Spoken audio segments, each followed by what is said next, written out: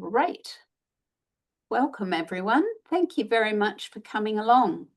We're delighted to see you here for this evening, and I hope you can all hear us and see us. And later in the session, I'm going to ask you to put your cameras on for just a minute so that we can do a nice picture to go onto our social media.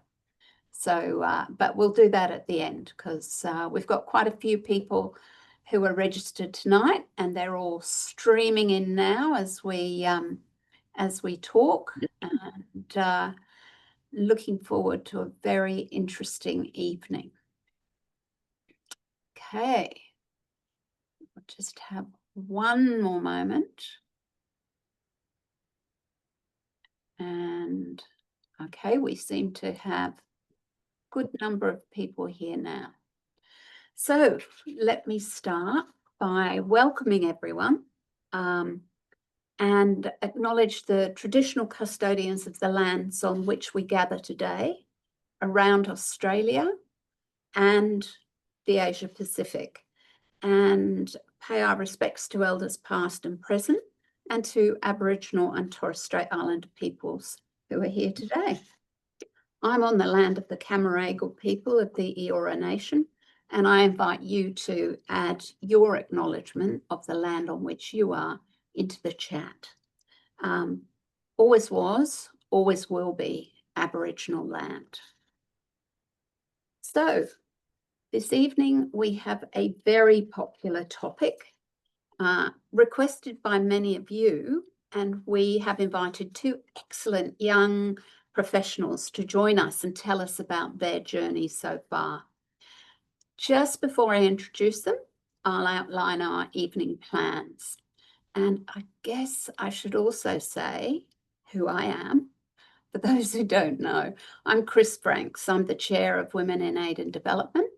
And this is an organisation that encourages the careers of women who work in and aspire to work in the aid and development sector.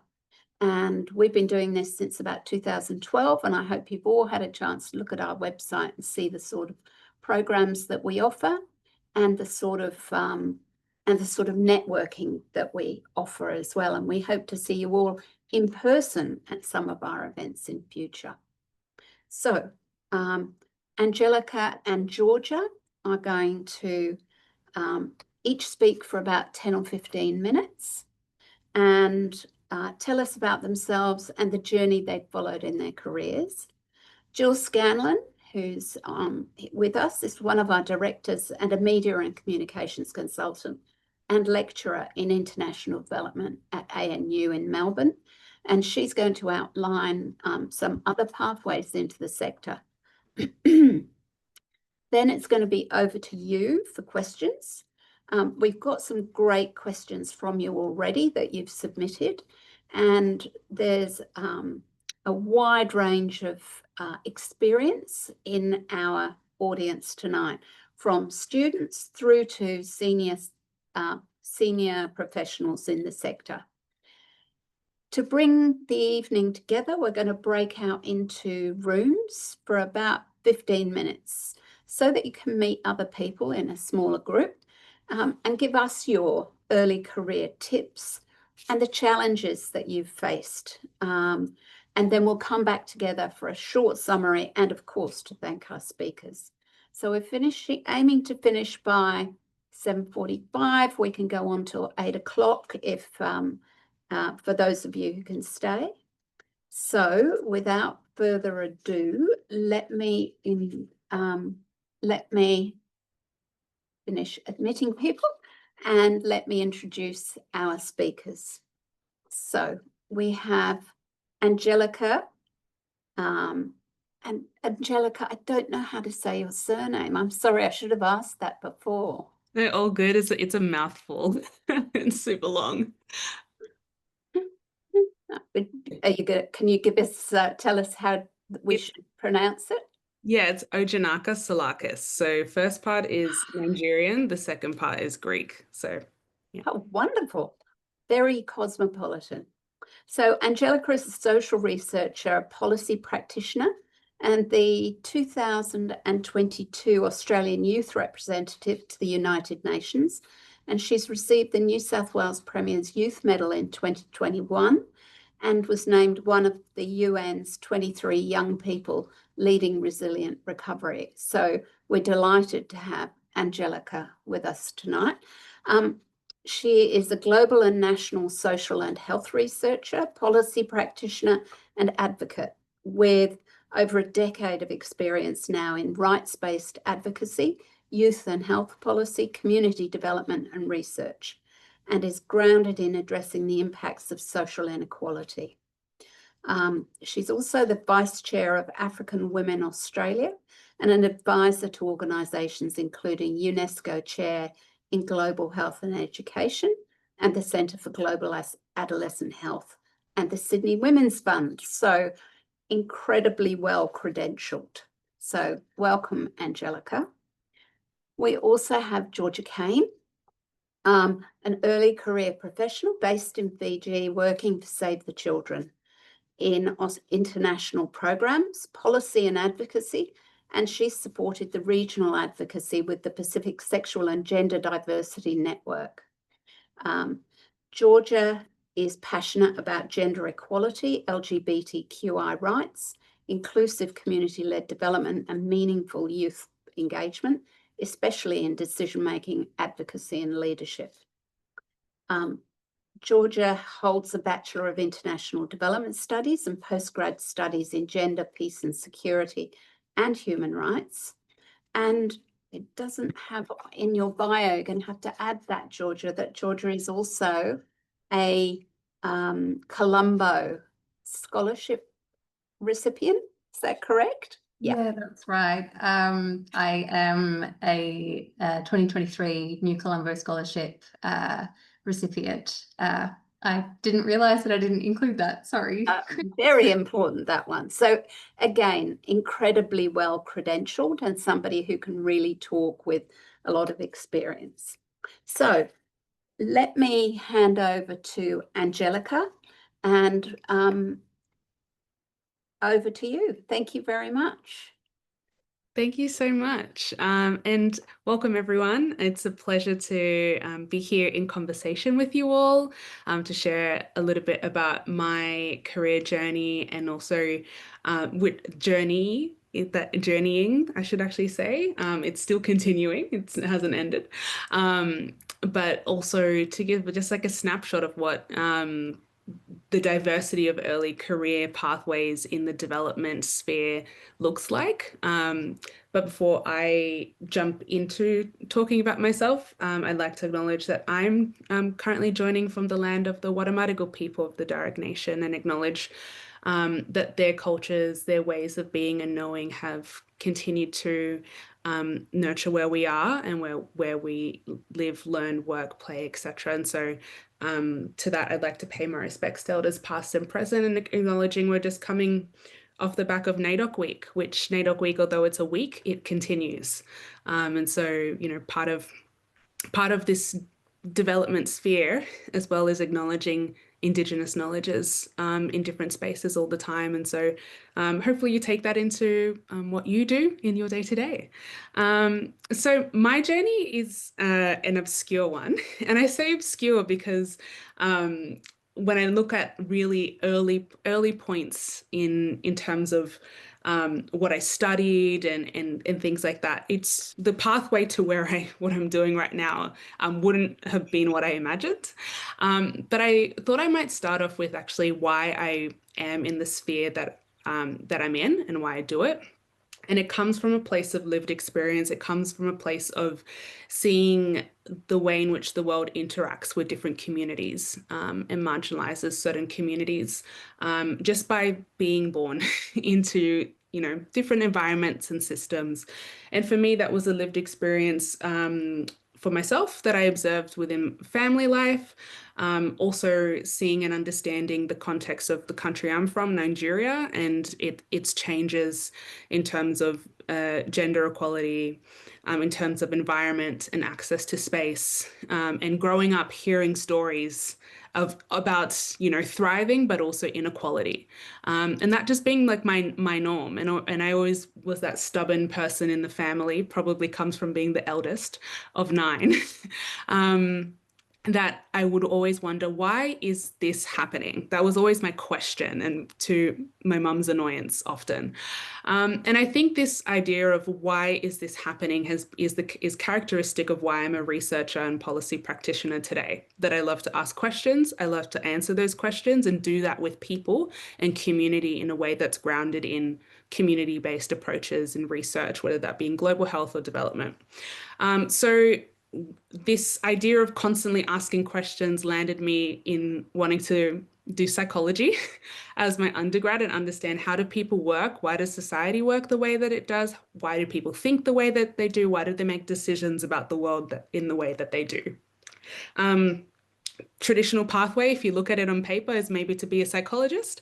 I didn't necessarily want to jump into psychology as my practice, but I jumped into research. And the reason being, again, I wanted to find ways to answer questions around the social development space, but also well-being, health, and things I was observing in the global mental health sphere that I was really interested in at the time. So again, that kind of that part of pathway of education, coupled with also community activism, being grounded in a lot of volunteer work within my cultural, like my ethnocultural community, from very young, but also within my local space where I live, and where I lived and grew up is in Western Sydney. So I'm a proud Westie. I don't know if anyone's from Western Sydney in the room, but anyway, if you are, you're automatically my favorite. And so Western Sydney, you know, is a big kind of ball of different experiences.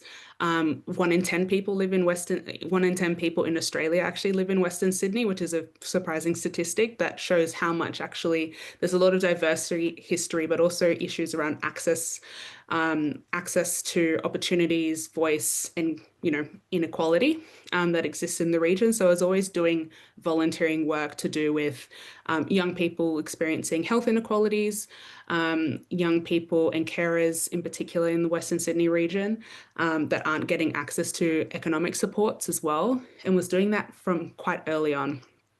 I guess that activism landed me into wanting to find out where I can formalize those activities more and do this as a job and as a career, and wondering, can advocacy translate into that? One of my formative experiences in my journey was actually getting to be a youth activist with Plan International Australia. How I stumbled upon that opportunity was a lot of frustrating Google searches around who does gender equality work in Australia, and who can I connect to.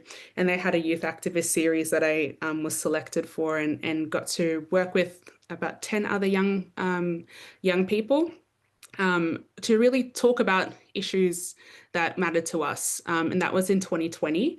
One of the exciting things that I got to be part of from that was leading a global youth-led report on a better normal for girls in the time of the pandemic period, and exploring what a post-pandemic world rooted in equity and justice would actually look like. And also through that work got to really speak to, in dialogue with high-level leaders within the UN, including the former High Commissioner for Human Rights of the OH. I always forget their acronym, but anyway, it's a long acronym, Michelle Bachelet, and also the Secretary General of the IPU as well. And so through those experiences, that really taught me that advocacy can belong and happen in different arenas. You can talk to different audiences. You can use research to actually uncover the realities of minoritized populations. And so that then, after that experience with Plan International Australia, I wanted to go even further in doing more around conversations and talking and understanding the lived realities of communities. And that's led me to the pathway of somehow becoming the Australian Youth Representative to the United Nations in 2022. Very fancy title. It just means someone who talks to young people around the country and gets to tell the UN about what our realities are here. And so I traveled across Australia, meeting lots of young people from different underserved communities and asking what mattered to them, what things actually are going well in their communities as well, because as a researcher, you don't just want to know the grim, you want to know like the social conditions that are existing that are good for young people that should continue, and also the possibilities and opportunities as defined by young people. And a lot of their insights were both powerful but also painful, but always filled with hope, actually. And so that for me, I carried those experiences to New York in the UN General Assembly, particularly focused on the item of social development and youth.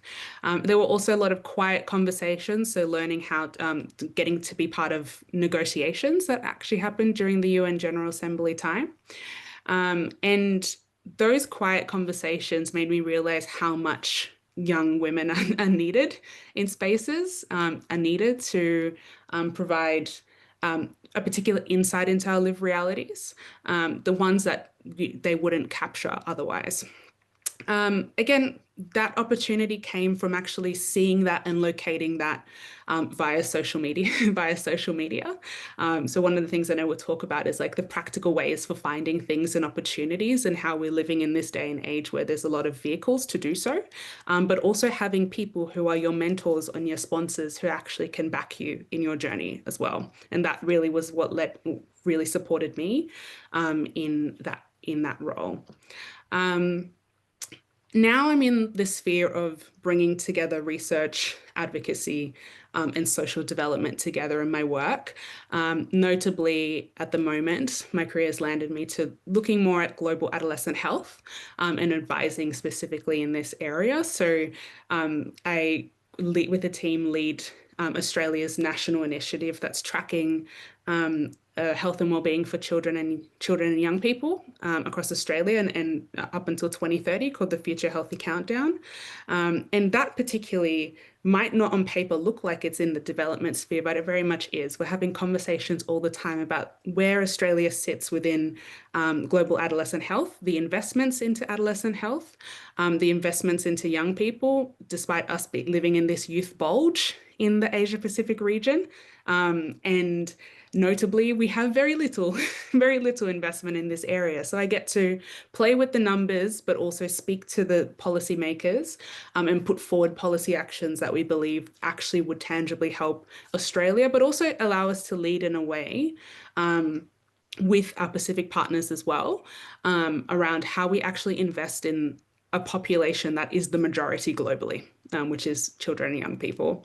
I also, through that work, I'm also engaged with the Centre for Global Adolescent Health, so driving investment further into global adolescent health. And there's been a number of notable activities that we've done. If people are interested in looking them up, we've worked with The Lancet, which is like one of the leading journals in the world, on a commission around investing in global adolescent health, which launched this year, which was super exciting. And was I didn't get to go over, which was a bit of a bummer, but a few other people went over to Geneva and presented with the Director General of the World Health Organization in launching that commission, which was really cool. But again, why I'm mentioning this is because research is not seen as like this avenue or direct pathway into the development sphere, but it very much is connected. And there's a lot of people who are working within the humanitarian space, within policy and advocacy, that lean on research and data, both qualitative and quantitative, to tell the stories and understand what, the economic and social case for why we need to do better in terms of global health and development. So I'm going to stop talking because I could talk forever. But I guess one of the things I wanted to mention, or three things actually I really wanted to mention as to where I'm at today, and the activities that I've done that have landed me there have been driven by, one, what I started with, lived experience, and seeing that as expertise. So not letting, not convincing yourself that your expertise and how, you exist in different institutions or systems like that actually matters. That actually should be a lens in which you lean into. And it's probably the most valuable. When I was at the UN, if it wasn't for lived experience, a lot of the things that were put into, decision making in negotiations would not have been.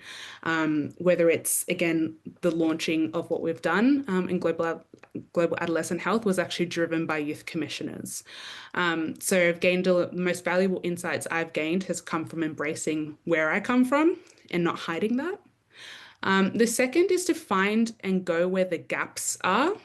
When I think about where I've landed today from psychology into this career, I realized that there was a gap in bridging this world of psychology and the social sciences together. I know they're related, but understanding how people's decision making can actually impact the way that we achieve health and justice. And so that was the little gap that I found and decided to go and run with that.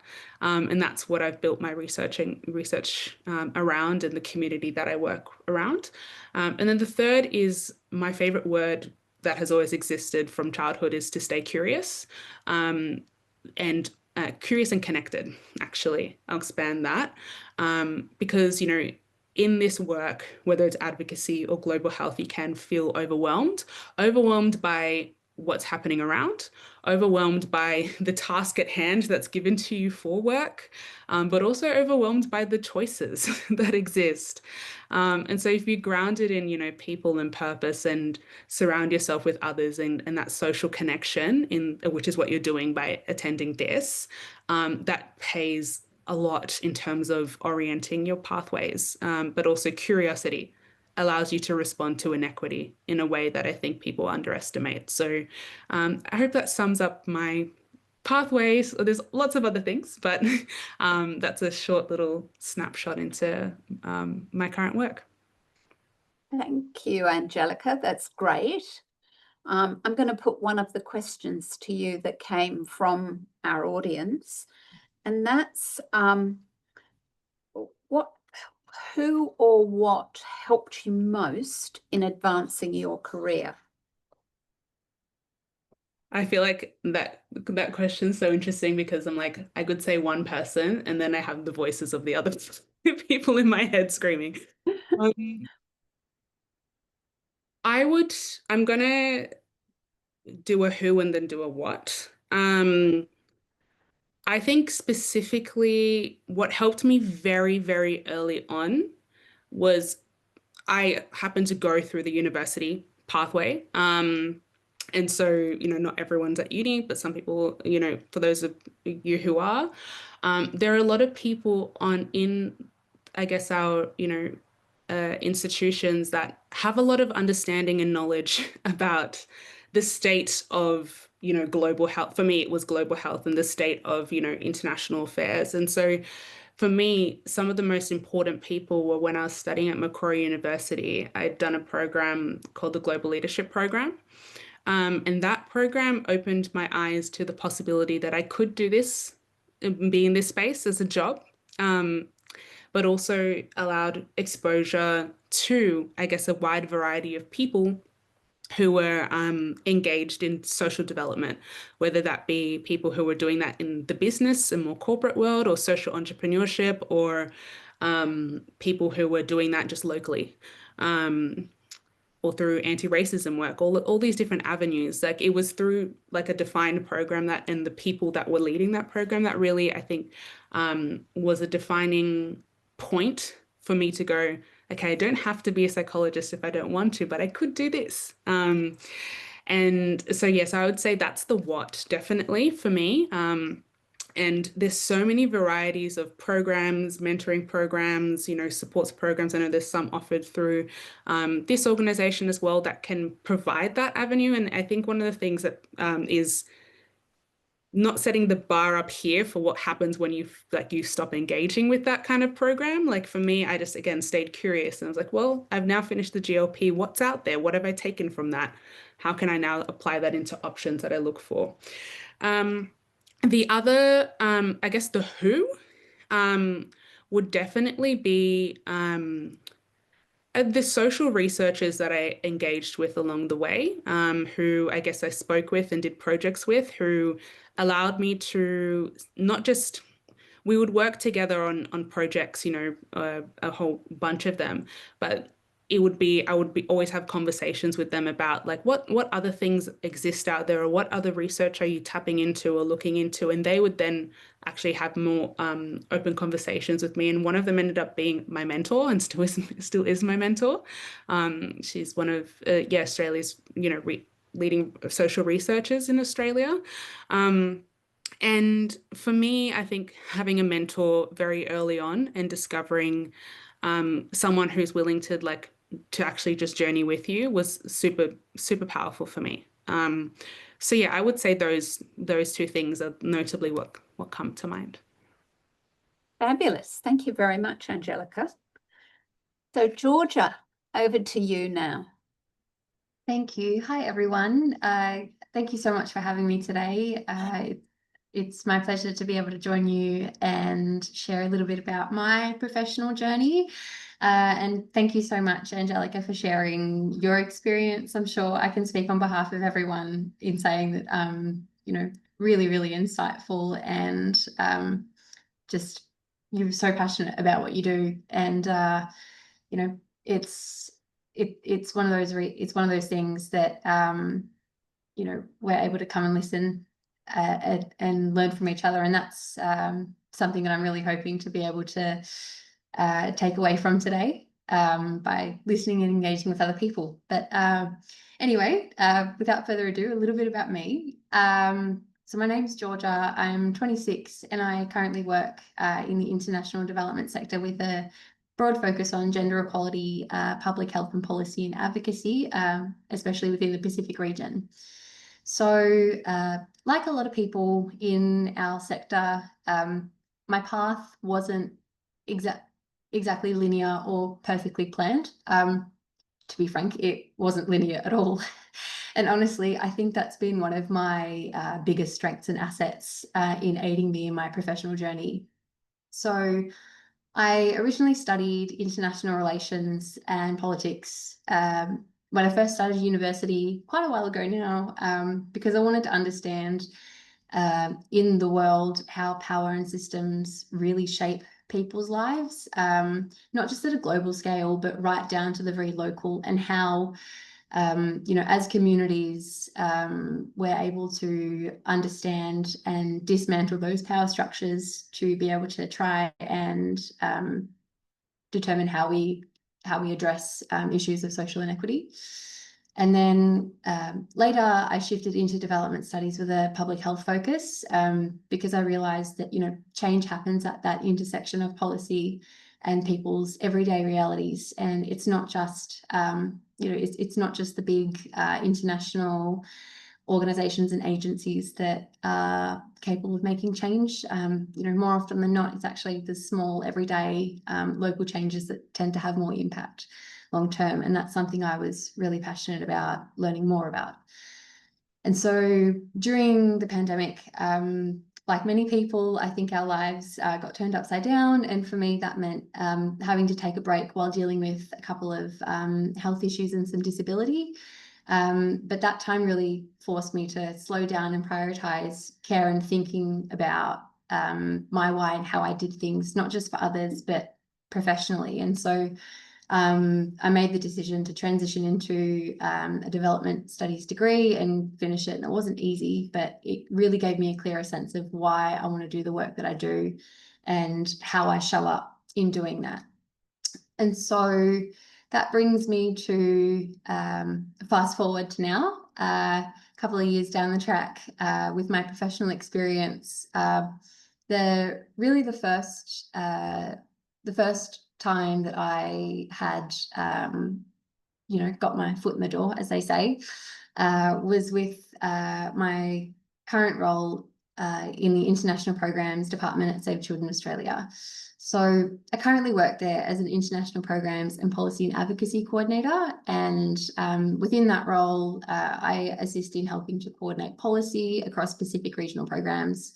And within the scope of these programs, there's areas that are addressed like gender equality, particularly child protection and climate resilience and public health. And major parts of my role working on supporting research, drafting policy submissions, partner relationships, and doing everything to ensure that, localization and inclusion are built into programmatic design, and supporting those initiatives. And so a lot of it really is a lot of the behind the scenes work, particularly in local contexts, to ensure that everything really does genuinely reflect local priorities. And so I'm incredibly passionate about the work that I do. And when I first started, I think a lot of the time, we reflect and talk about our roles and what we do currently, but not always take the time to reflect on how we got there. And so for me, in being quite honest about how I came about getting this role, was that I really, I had applied initially just to get interview experience. I had just started my new degree and I was wanting to get a bit more of an understanding about what different organizations look for when they're hiring in the broader development sector. And I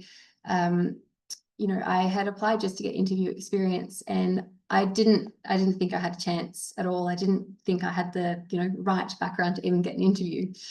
And so when they told me I'd been shortlisted, I honestly thought they'd actually emailed the wrong person. I completely bombed the interview. I went home and thought I'd completely blown it, and had this massive wave of imposter syndrome that I think we don't really talk about enough in the development sector, particularly as young people. Seeing so many posts on platforms like LinkedIn and other forms of social media, it's really easy to fall into the trap of comparing yourself to someone else and getting those self-doubts that creep in about, am I doing enough? Am I working hard enough? Am I making the right career decisions for the trajectory that I want? And I think that, reflecting on that,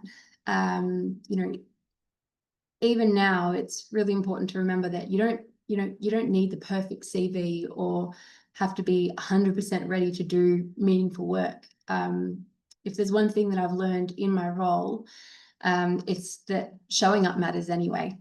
And so another huge turning point with that was in the same year. I was lucky enough to be a recipient of the New Colombo Plan scholarship program through the Department of Foreign Affairs and Trade.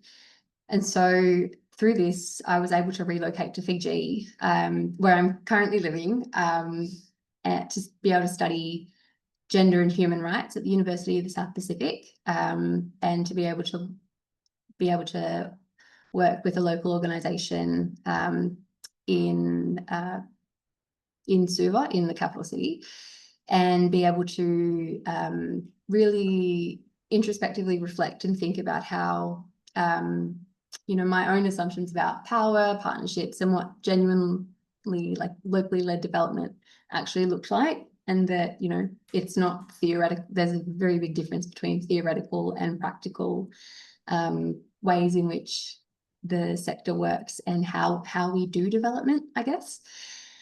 And so it's been a really incredibly formative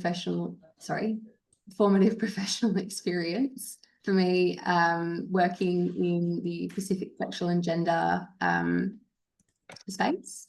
I've had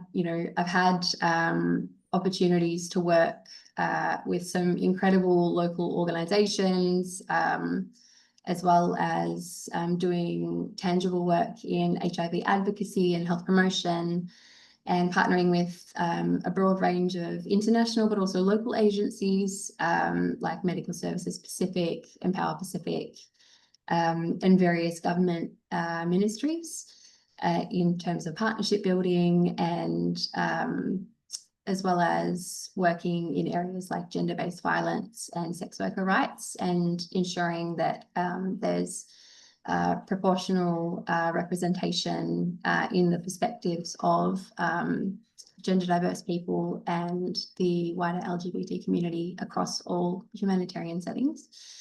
And so I think in reflecting on my experience, you know, when it comes to working in big agencies, you often can sometimes feel like a very small, you know, just one person in a big system of constantly moving, changing dynamics. And often it's easy to think, well, what am I doing? What actual change am I making? And so I think with that, it's really important to reflect on, you know, the key relationships that you have with people. You know, relationship building isn't optional, it's essential. And so really having and reflecting on the connections that you make with people is it really is everything. And you know, true work comes with unlearning and really critiquing everything that you think you know. You can't work without questioning your own power and your own role. And I think that's really what helped me to become a better practitioner in the early stages of my career. It's not what I can learn about me. It's what experiences. So it's what I can learn from other people's experiences, and taking a step back and listening. That's really critical. Anyway, I think, you know, in closing, if there's any, you know, if there's any pieces of advice I can give, it's really to, I guess, just, you know, embrace the discomfort of unlearning and questioning. You know, sometimes it's uncomfortable, but it's what makes you a better person. And show up even when you don't feel ready. We're never going to feel ready for everything in life, and it's one of those things that makes you a stronger person and a better leader and professional. So that's it from me, but thanks very much. Thank you. That's great, Georgia. Really, really interesting. I love the concept of unlearning. That's really interesting.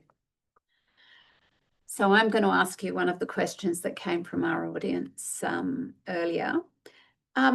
What's the biggest thing that you wish you'd known, or the biggest skill you wish you had before jumping into this sector? That's a great question.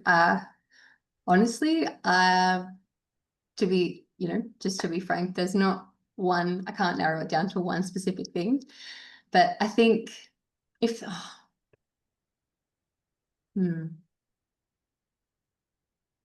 I think that if there is one thing, it's that it's okay to not know everything.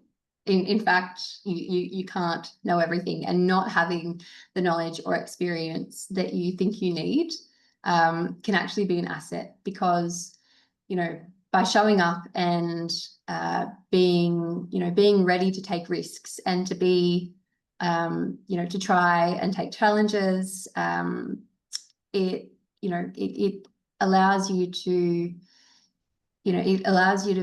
build strong knowledge and assets in every way possible. And I think that in applying that to my career, I think if I had to give myself some advice from when I first started my professional journey, it would be to be bold enough to take the risks and just do it anyway. No one is going to create, no one is going to create positions for you. You need to go in and be able to,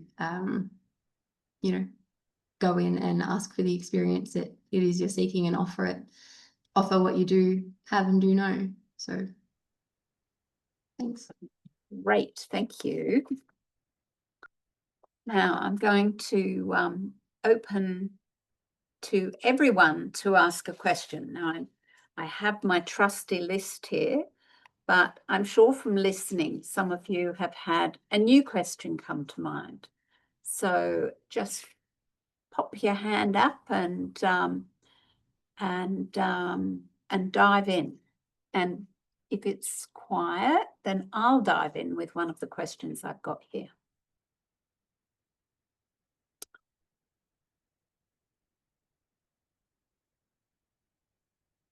And we're all friends here, so it's easy to do it. Okay, I'll dive in first in that case. What is, we've heard from both of you, and you've both said, you know, you've both done qualifications at university, but you've both come in quite different ways. Is there a best way to get into this career besides volunteering? Because that's quite often, and it's one of the things we encourage people to do, is to volunteer and get a bit of experience. But any thoughts on that from you, Angelica, and then Georgia? Yeah, it's an interesting question, because it's like you automatically want to also mention volunteering. Yeah. I think that, you know, maybe I guess two things is, I guess from my kind of experience, one of the things that really opened up the door to kind of working particularly with certain minoritized communities, like, you know, African women across both Australia, but also in other countries where, you know, race and other structural barriers impact them. Like, I guess some of the early kind of entry pathways into this career of looking more at marginalization was around, happened when I got to like actually work as like a project assistant or like a research assistant or a editorial assistant on something that was being produced. So one of the things I actually rarely ever kind of tell people about is there's one time that there was someone looking for someone to just like edit a textbook, and it was a textbook that was actually ended up being a textbook that is used in a few subjects in universities. And I got to read through the whole thing. I got to you know, connect with different authors around the world, and it was more in that just editing the book the book in a way for and helping them fine tune it. But just that experience alone provided, I guess, like an avenue to learn more from other people and gain entry into like, you know, like learning where the different other areas of research to do with culture and diversity and health were happening, and then opened up pathways to jobs that were available to me, I guess, as a next stage. And so, but that was just because, and the reason why I started looking for that like little mini job was like, I like to write. That's just a hobby. I was like, may as well just look for something that I like. And so I guess if you're looking for something that actually isn't volunteering, but might be like work, just like sometimes it can be unconventional things that then leads you to, I guess, building the relationships, as Georgia just mentioned, that can connect you to further opportunities for career. I also think it would be remiss to not mention that we're living in a digital age, and everything to do with careers now like evolving in different ways. And so, you know, I hear stories from other people who are gaining entry into careers from just providing, you know, commentary on certain things, you know, via different platforms, and exploring other mediums for communications around topics that you're interested in. So, you know, communications doesn't, again, just have to be like, you know, something on or LinkedIn or social or Instagram or whatever, but it's different things, right? And I recently, there's a friend of mine who is really into audio producing, and so am I. Like, it's one of, again, my hobbies as well is audio producing. And so she produced like this mini series that was really rough, but you know, it was just on a topic that she really liked, to do with sexual and reproductive health. And now she's actually getting to do more of that for work, and doing it in particular spaces and with organizations. So I guess there's so many unconventional ways to gaining entry outside of just volunteering, but I would not knock back volunteering at all. Mm-hmm.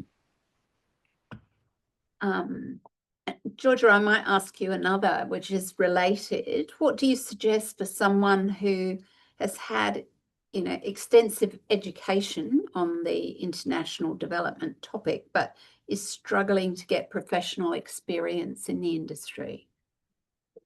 Yeah, that's a great question. And one that one that I have been fortunate.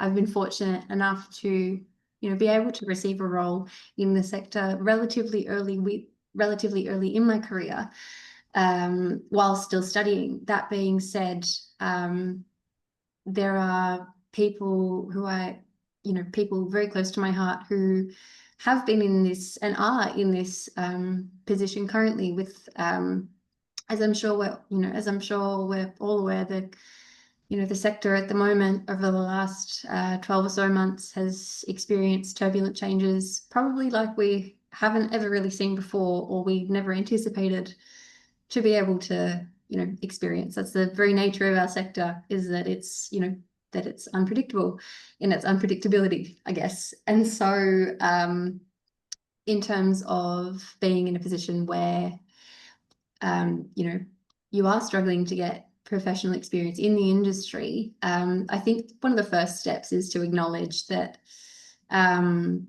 just because you might be struggling to get professional experience, it's not a reflection on you as an individual or your personal or professional worth. I think that all too often we fall into the traps of internalizing, why we might not be getting where we want to go professionally, and thinking, what is it that I'm doing wrong, rather than what I'm doing right, sort of those sorts of things. And I think, often the answer to that is thinking, okay, well, do I need to go and do another master's degree, or do I get more experience and education in this area? And I think that, when push comes to shove and actually answering the question about getting, about what to do, I think that taking a step back and reflecting about what it is that you're wanting to do and who can get you there is a really good step. And I think Angelica mentioned earlier, mentorship is a really great way to be able to do that when you're in those stages of exploring how to practically get tangible experience in the areas that you're wanting to, whether that be in monitoring and evaluation or in other forms of technical experience. And so I think that looking for mentorship and asking people, whether it be in an organization that you're working in, what it is that they enjoy about their jobs, but also what they find challenging, and how they've embraced those challenges to be able to overcome them and address particular areas of their practice. That's something that that was my interpretation of the question, given that I haven't had that experience myself directly. I hope that answers the question. If not, I apologize. But no, that's great. Thank you. And it aligns nicely with the question that Melissa Connolly-Tyler has asked, which is, how would you like older women in the international aid sector to support you in your career development? And you've touched on that by saying finding a mentor, finding someone who can help you get that tangible experience. So there are other ways older people in the sector can help. Yeah, definitely. Angelica, did you want to contribute anything to that, or? Yeah, I have some thoughts, unless you wanted to just continue No, rolling. that's okay. If you want to contribute, you're more than welcome. I just didn't want to cut you off. All Go good. for it. Yeah, this is such a powerful question. So thank you, Melissa, for asking this question. I think, yeah, Georgia just mentioned, like, the main one around mentorship, and I always deliberately say mentorship and sponsorship for a particular reason, because they both work hand in hand. But for particular groups and communities, there's extra layers to support and thinking about pathways and understanding I guess, the inequality that can exist in entering into the international aid space. So, someone who's actually willing to back the journey, like I've said, is what makes a sponsor, and can really provide and show you where those doors and connections lie. The other thing I would say is, for me, if I think about like what would support me at the moment, is the international aid and development space is changing, as we all know, at the moment, for many, whether it's still, limited investments or things being taken away from the development space. And so a lot of people are scared, I guess, in terms of entering into this sphere. Because they don't know whether or not, with the way that the world is shaping up, that, these spaces are deliberately eroding in some cases, not all, but it is becoming increasingly difficult to navigate. And I can, so many examples in that. I hear it all the time from colleagues of mine who are working, particularly in the UN environment at the moment. So I think, like, when I think about supports that I or, my colleagues would need, is around how to navigate the burnout associated to being in this career and volatile changes. Because I think for a lot of early career people, that maybe this is the first time we're navigating a very, very volatile environment in terms of career. So, those who, older women who have been in this space, who have seen the changes and have had to navigate that, how do you navigate that, really? How do you deal with the ups and downs of a sector that is constantly under-resourced, and even more so now, and is changing rapidly. We're going through this very different, digital age change in this sector, and lots of other changes too, but they mirror a lot of changes in the past. And so understanding how to navigate that emotionally, I think, is really, emotionally, in career, in personally, all aspects, I think would be great support for people in career development, because those are the kind of not so mentioned things. And I know one of the kind of questions I think came through was around burnout and getting overwhelmed with changes in the international aid space. So yeah, maybe that would be what I would say. Great, thank you. I'm just going to take a pause in questioning here and go across to Jill, because we talked about a number of different things. Jill's got a great deal of experience from working at university and having been in the sector to be able to give us a bit of a picture about some of the different ways there are to get into the sector and find roles. So over to you, Jill. Thanks, Chris. It's a question we're commonly getting asked all the time, especially by students and by younger people in the sector, in how do I get a foot in the door? A lot of them asking, how do I get a job with the UN, which is unlikely to happen, but although Angelica might contest that. But it's more about the realities of, I find, finding your passion, as has been brought up by both Angelica and Georgia. They both mentioned this.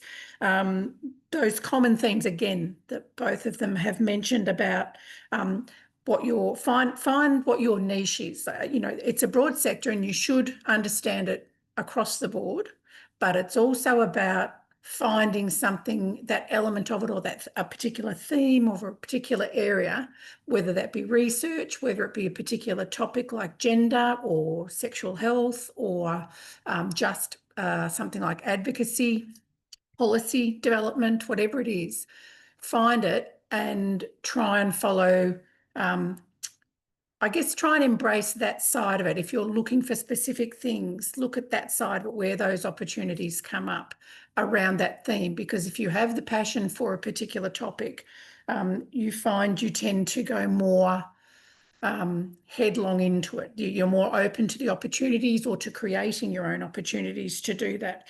One of the other points that's obviously been raised, and it's something I know that in Women in Aid and Development at events, certainly at the the events I sort of host and facilitate here in Melbourne for us, it comes up all the time. It comes up with when I'm asked questions by my students is in terms of the pathways, and we're always underlining the fact that they're non-linear.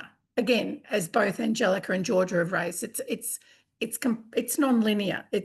You can't, at a young age, if you're in your early to mid-20s or whatever, and you're studying or you're finishing studying, and you think, right, this is what I really want to do, this is how I'm going to do it, and you've got in your mind a straight path that you want to follow. You've got a plan, you've got a direction, you think, I'm going to follow this, go on this journey along this pathway.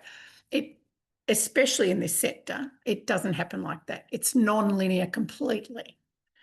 So the way to go about it is, and again, it's been raised by both of our guest speakers tonight, is to look at opportunities when they come up and take them, but also create your own opportunities by a range of things you could do. Well, again, volunteering we all emphasise volunteering, and that comes in many forms. Now, whether you do that through AVI, whether you do that through a local community group, whether you do that through NGOs, excuse me, I've got a frog in my throat tonight, whether you do that through locally based NGOs, whether they're international or national NGOs, volunteering is always going to have the advantage. There's the obvious big advantage that they're not jobs and not financially secure, but the big advantage of completely enhancing your and expanding your skill set, developing a particular key skill set that it's certainly an early career that you need to try and build on.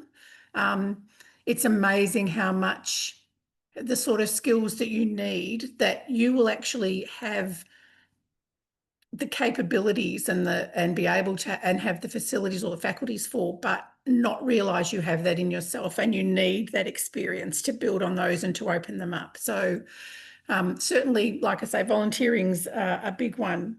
Again, community programs doesn't have to be an international adventure, often going. All of these will add, especially to your CVs, especially if you're going out, if you're keeping your resume and you're going out to try and apply for work or jobs, anything you do in the sector, and that could be, again, it could be like all of us, Women Aid and Development, volunteering for an organisation like Women Aid and Development, volunteering for any NGOs, as I said, local groups, organisations, community groups, going and helping out. It could be doing internships, if not volunteering, again, different organisations, and it's surprising how many organisations there are, even just locally in your city, that are working on development projects within a community, and that can be multicultural projects, it can be refugee projects, it can be gender projects, it can be youth. There are a lot of youth projects around, as Angelica was highlighting, a lot of different youth programs. So again, it's about doing that, and part of that is also a way of creating opportunities for yourself is networking. And that sounds very business-like. People think networking is very much business speak. But it's the idea behind what it is. It's about you opening yourself up to connecting with people who are already in the sector or maybe in a similar boat to you, and taking the opportunities to do that. And that is you can do that through exactly what we're doing tonight. You can do it online. You can do it through attending conferences or seminars or workshops. Just go along. You don't have to put the onus on yourself for really having to do a lot. The key thing with networking, while it obviously is about connecting, and again, one of the I think Georgia raised it, was listening. It's a really key talent and a really key skill to be able to listen. You get into a conversation with someone, whether it be at a conference or a seminar, you talk about certain topics, or you understand, you get introduced to someone, you basically do an introduction to yourself or find out about them, and then you listen. You let them do the talking, and then you ask questions that you should naturally have coming up in your mind. You ask them questions and you tease out more relatable knowledge from them. things that you may not realise about the sector or about different roles, things that go on. So listening is also a really big part of what you need to do. But networking is a very key, in its broadest sense, is a very key element also of increasing your opportunities, if you like, in the sector, and how to get involved. So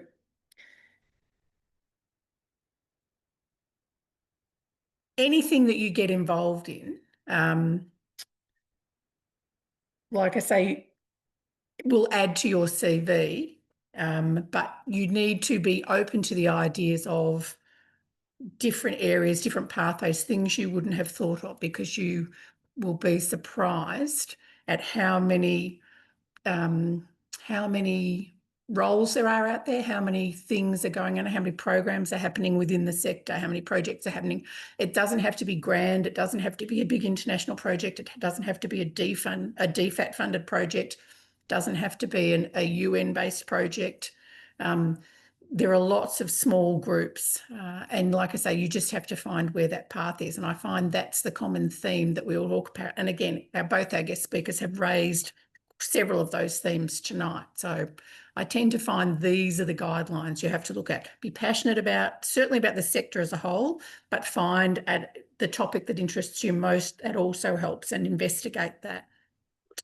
And if I can add there, we've got Catherine with us tonight. Catherine's one of our great Melbourne volunteers. Catherine's actually an archivist.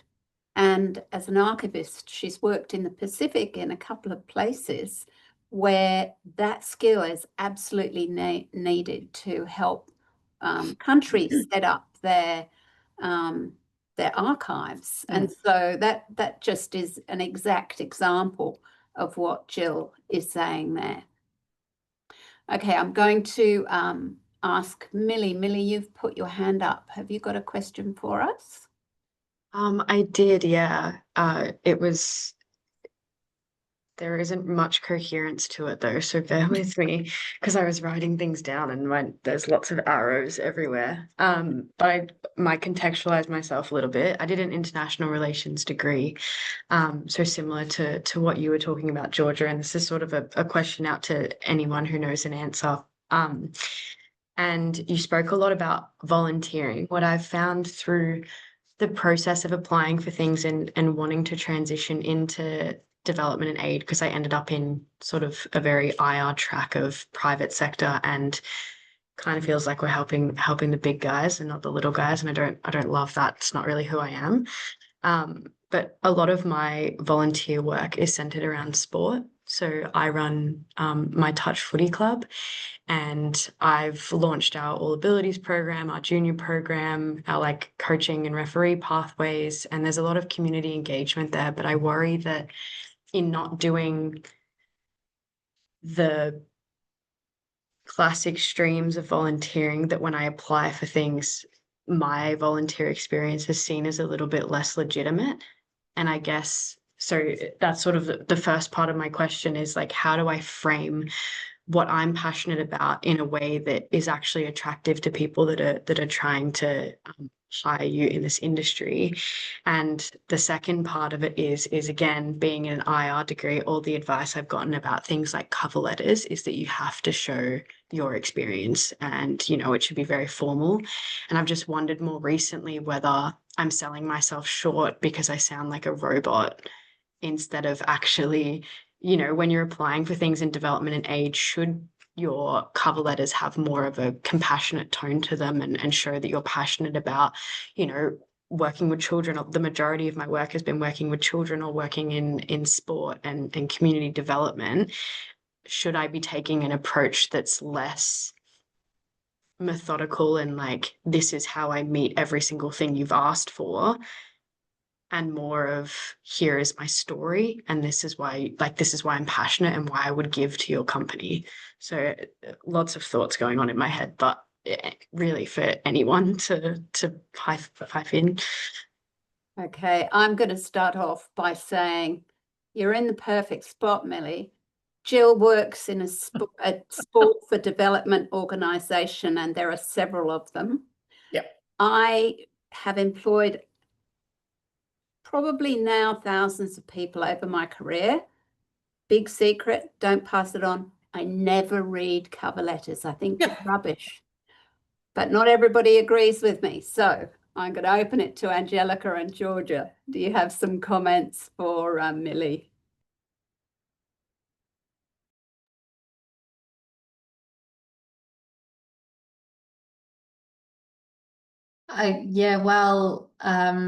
First of all, Millie, sorry, I'm just processing everything that you've just talked about, because I resonate with it so much. I'm someone that it's probably no secret by now to all of the audience members. I'm someone that loves to have a chat, and I love to not only listen to someone's story, but also convey my own. And when it comes to writing professional cover letters, I'll openly acknowledge that is something I really struggle with, because of the conventional processes that, as young, not just young people, but as adults, we're taught the traditional and standard ways of applying for a role. And something that I've learned in my in whilst I've throughout my career, even though I've also been doing work professionally, I've also had the opportunities to sit in and alongside some very intensive recruitment processes. And the one thing that in all of the hours of screening candidate applications and the selection criteria that for whatever organization it might have been at the time, one thing that always really resonated and stood out to me was when people did go the extra mile to tell their story in their cover letter, or even even when it came to the interview stage, not just answering the questions that they were asked, but expanding on that and revealing a lot more about their lives personally and what their passions truly are, and how that shapes their work. And so I think whilst I can't contribute to the sport and development sector advice anywhere near as much as Jill, or anyone for that matter,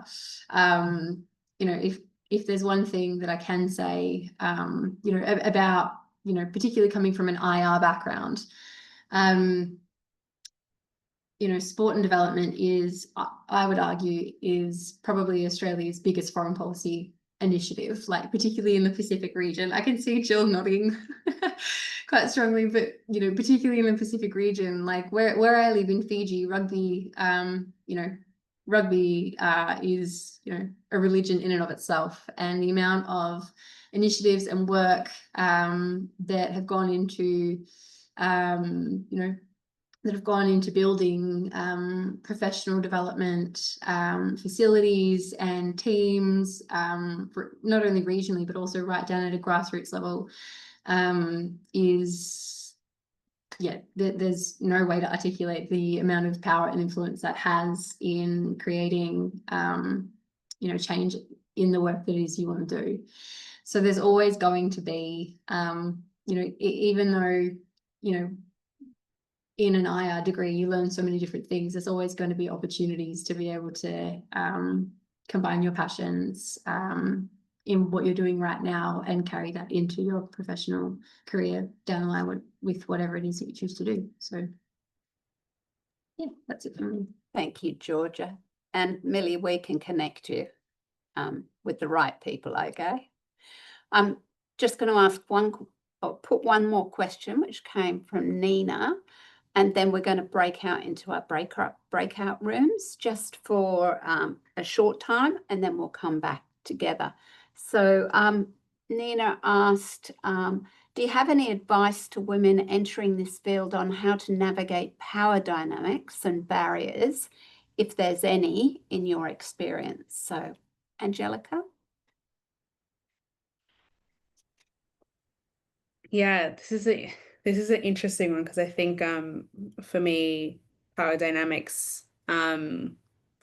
yeah, there's so many that come from, like, if I apply an intersectional lens into how I've navigated career, this is something I feel like I still am asking myself. How do I navigate this, especially in research whether it's in academia or whether it's in like the broader sector. We're structured sometimes by power dynamics, and as whether you're an early career researcher or mid-career researcher, I think what's helped me is I have to find my champions. I have to find the people who are both at the same stage as me, and you have that space to actually dialogue about what you're experiencing. Especially around like so finding those peers that can affirm you and advocate for you, but as well as remind you that you don't have to kind of that you don't have to navigate this alone. I think that for me that's definitely what's helped me currently. I think also sometimes we see power dynamics as like this thing up here. It can show up in like so many simple things, even whether it's in meetings, and someone not letting you talk at all, or in something that you've written, and you can see that there's clearly like either a really gendered response to things, or someone that's like steeped in, I guess, gender norms that aren't that right, or something like that. There's so many different dynamics that exist, and so I think in those moments I try to think about what can help me in the day-to-day when those experiences happen. Again, who can be the people who understand what it means for me to participate in a meeting, and how can like a meeting be actually equitable for someone like me to engage in, and actually making that very clear and voiced to people, and making that known, or making it known how I would like people to refer to either myself, etc., in just things that are written, or so I think like we overlook how these power dynamics can show up in our day-to-day, and actually telling certain people how we would like to be shown up for in those day-to-day things. It can be hard in workplaces, but the beauty of now is that we have, I guess, this space where we are talking a lot about inclusion, we are talking a lot about equity and justice in the workplace, and so like that's actually starting to be inbuilt within the sector, I think. And so going to that and utilizing those avenues to actually make sure that you're not passed over or invalidated in this space. And I know, for me, that's helped me in the research world, where it can be really hard. It can be really hard. But find your champions, and also make what you know that you need in your everyday, in your day-to-day, really, I guess, public. I'm